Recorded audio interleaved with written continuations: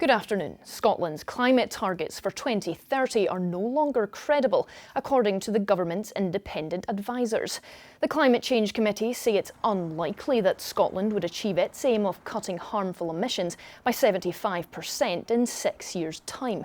The Scottish Government say it remains committed to meeting its 2045 net zero target and reducing emissions, but environmental groups have accused the government of failing to act. It's deeply frustrating. I think there's a sense that we've done all the easy things, as I hear that quite a lot. I don't think that's true. I think there's still plenty of easy things we can do. But at the end of the day, these targets were always challenging, but it does require commitment and investment, and we haven't seen that. Investigations are continuing after a 74-year-old man died in a house fire in Murray. Police and firefighters were called to Connage Cottages near the A98 on the outskirts of Buckie at around 6 o'clock yesterday morning. Emergency services are working to determine the cause of the blaze.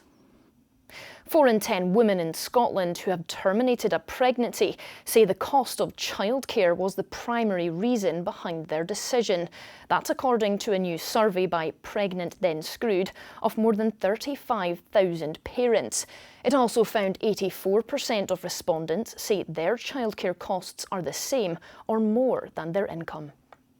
It's a package of issues that come down the line. It is poor maternity pay once you go off work. It's the cost of childcare. It's maybe trying to get back into work on reduced hours or flexible working if that isn't something your employer can accommodate. All of these things combined actually mean that a significant number of women will actually find having a child is what pushes them into poverty or means that their families are just really struggling from month to month.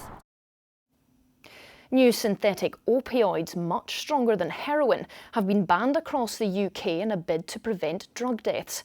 A total of 15 synthetic opioids, including 14 nitazines, are now controlled as Class A drugs.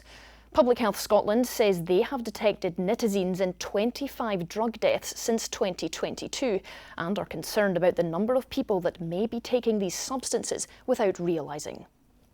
So it slows down your breathing, it slows down your heart rate. And with drugs like nitazines, because they're much stronger, you need much less in order to experience an accidental overdose or indeed die. Now here's Sean with the weather.